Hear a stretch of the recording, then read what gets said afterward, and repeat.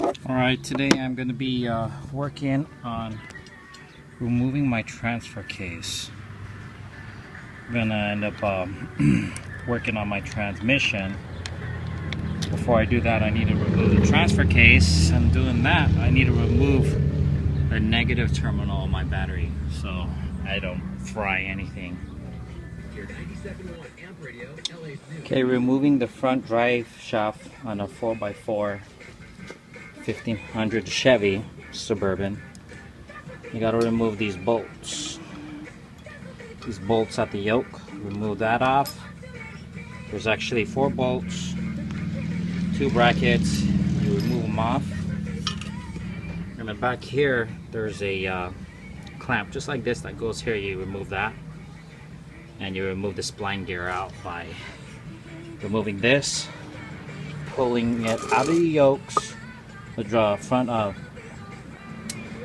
front differential, you move it to the rear of the car, then you direct it out of the engine, out of the bottom chassis, and then you pull it forward to remove the spline out of the transfer case. So this is a front differential I was talking about, where I removed the drive shaft. These bolts are the ones that I removed. When you remove this completely, you get the drive shaft, pull it to the rear, redirect it out of the way so you can move it forward where it will release from the transfer case. Okay, so I got both drive shafts out. The rear is a little more tough than the front drive shaft. Well, it's bigger and it's locked in that transfer case a lot more better. Notice I put some plastic bags at the end to avoid contaminating. There's a little fluid in there, so I put that plastic bag, cover it a little bit, keep it from any dust. Alright, so I got the transfer case out. There's, I believe I counted 5 connectors. This one here, another one here, that's 2, 3,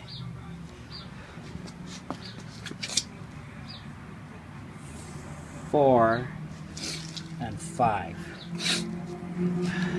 This is the rear, where your rear drive shaft connects to.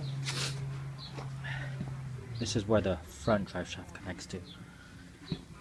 This connects to the transmission. You got 6 bolts. It's only 6 bolts that you need to release. 1, 2, 3, 4, 5, 6. Release them, I'd say, from the bottom sides to lastly the top. This is actually really the top one here. So make this one the last one you move. And when you move it on the last one, it's gonna start moving down. Be careful when you remove this entire thing. When you're pulling it back, it's gonna want to fall. You don't want to put too much pressure on any part of this when it's under the car. It's gonna want to put pressure on the rear of the transfer case, so make sure you got a good hold of it. If you don't think you're capable of holding all of that weight, put a jack under it so it'll land on the jack, and try to use that jack to help you out.